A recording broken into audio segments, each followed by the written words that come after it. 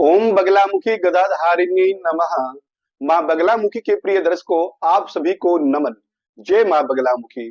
माँ बगलामुखी की कृपा होना अति आवश्यक है। माँ बगलामुखी का प्रसन्न होना अति आवश्यक है। जिस साधक पर माँ बगलामुखी की कृपा और माँ बगलामुखी प्रसन्न हो जाती है, उस व्यक्ति पर किसी प्रकार की ग्रह पीड़ा नहीं होती। उस व्यक्ति के जीवन में खुशहाली आने लगती है, क्योंकि माँ बगलामुखी सर्वानंद करी है। आप देखते हैं, तरह तरह से माँ बगलामुखी को प्रसन्न करने के लिए प्रयोग किया जाता है। अभी तक हमने 36 अक्षरी मंत्र बताया, मंदार मंत्र के बारे में बताया। आज जो बता रहा हूं वह साधारण सा प्रयोग है, बहुत साधारण प्रयोग है, जिससे माँ बगलामुखी शीघ्र प्रसन्न होती है। आपने देखा होगा, बसंत ऋतु के उपरांत ही वृक्षों पर फूल पत्तियां आना प्रारंभ हो जाता है। इसी प्रकार से यही एक समय है जब आप देखेंगे कनेर का वृक्ष, कनेर के वृक्ष पर पीला फूल आता है, तो वो पीला फूल कनेर का माँ बगलामुखी को अति प्रिय है।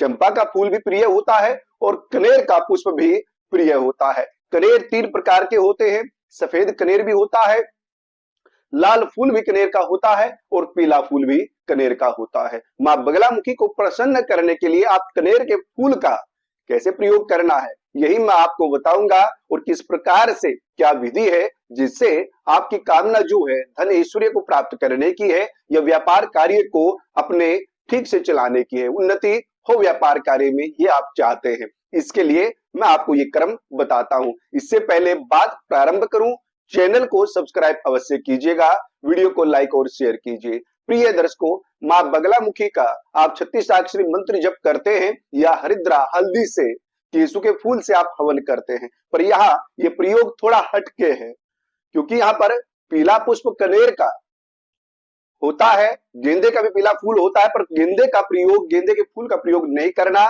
कनेर के पीले पुष्प का ही प्रयोग करना है। वो एकत्रित करके आप देखते हैं बहुत जगह पेड़ खड़े रहते हैं, उनसे पीला फूल कनेर का आप तोड़ करके लाए अधिक मात्रा में, जितना अधिक हो सकता है 100 फूल 200 फूल जितना भी इकट्ठा आप कर सकते हैं, क्योंकि एक वृक्ष पर ही काफी फूल होते हैं।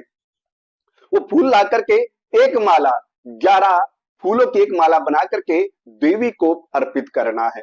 और जो फूल बाकी के बचे हैं, गोघृत गाय के घी से और कनेर के पुष्प फूल से आपको हवन करना है देवी की प्रसन्नता के लिए।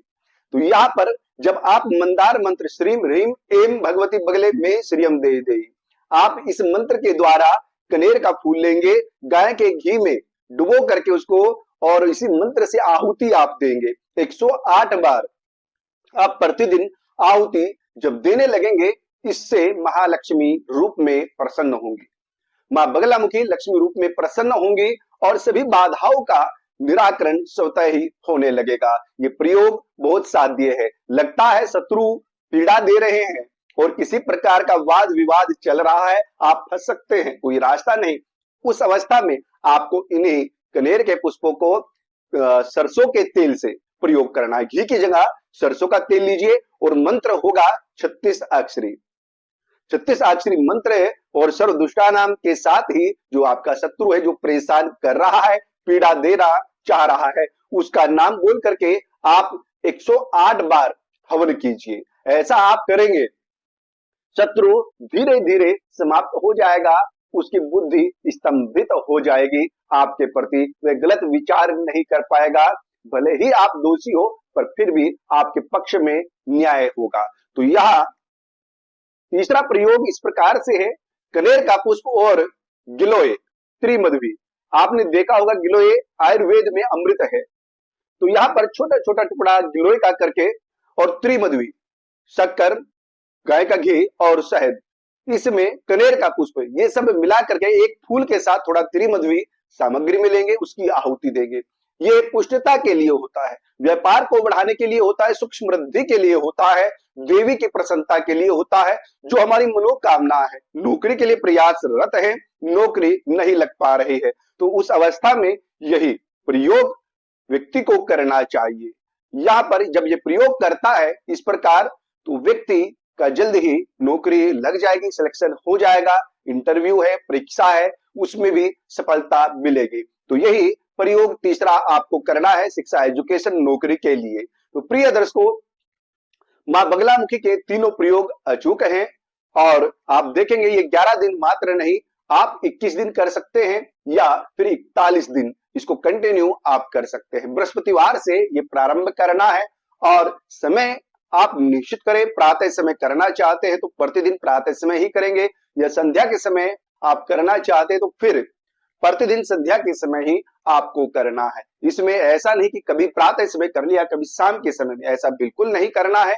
एक निश्चित समय आप निर्धारित कर अपना संकल्प लेकर के इस प्रक्रिया से कनेर के पुष्पों का प्रयोग कीजिए। चतुर्थ उपाय बता रहा हूं, जिन कन्याओं का या फिर जिन लड़कों का अभी तक विवाह नहीं हुआ है या फिर विवाह की उम्र बीत रही है पर कोई अच्छा रिश्ता नहीं आ रहा है, यहाँ पर लाल कनेर के फूल माता को अर्पित कीजिए।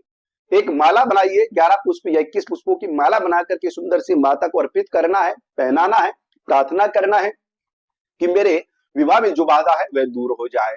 और यहाँ पर लाल कनेर के फूल और गाय के घी से और लाजाहोम, जो हम दिवाली पर खील का प्रयोग करते हैं, तो लाजाहोम यानी कि खील, गाय का घी और लाल कनेर का पुष्प, इनको आप हवन में आहुति देना है 108 बार। इसी प्रकार जिन व्यक्तियों का विवाह नहीं हुआ उनका निश्चित ही विवाह संपन्न होगा। कोई भी बाधा हो, शनि ग्रह इत्यादि कोई भी पीड़ा दे रहे हो, आप देखेंगे स्वतः ही दूर हो जाता है।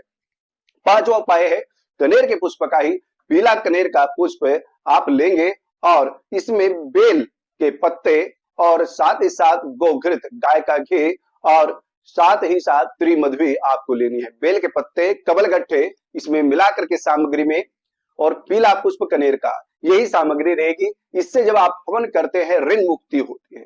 कितना भी ऋण आपके ऊपर चढ़ा हुआ है धीरे धीरे ऋण उतरना प्रारंभ हो जाता है, क्योंकि जब समय विपरीत होता है व्यक्ति चाह करके भी कर्ज नहीं उतारता और कर्ज उतारने के लिए और कर्ज ले लेता है, तो यह स्थिति बहुत दयावह हो जाती है और व्यक्ति का जीवन कष्ट में हो जाता है। तो इस प्रकार ये प्रक्रिया करने से ऋण मुक्ति होती रहेगी, कर्ज उतरता रहेगा। तो प्रिय दर्शकों, कनेर के ये 5 उपाय आपके लिए बड़े शानदार है, अचूक प्रयोग है और खुद स्वयं अनुभूत किया हुआ प्रयोग है। इसका आप लाभ ले सके इसलिए मैं आपसे चर्चा कर रहा हूं। आप प्रयोग कीजिए और अधिक जानकारी के लिए आप हमसे संपर्क कर सकते हैं।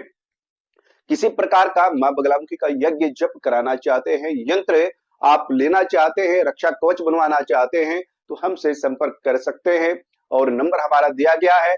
अधिक जानकारी के लिए आप संपर्क कर सकते हैं। हमारे चैनल को सब्सक्राइब अवश्य कीजिएगा और मां बगलामुखी की साधना नित्य प्रति आप करते रहिएगा। जय मां पीताम्बरा।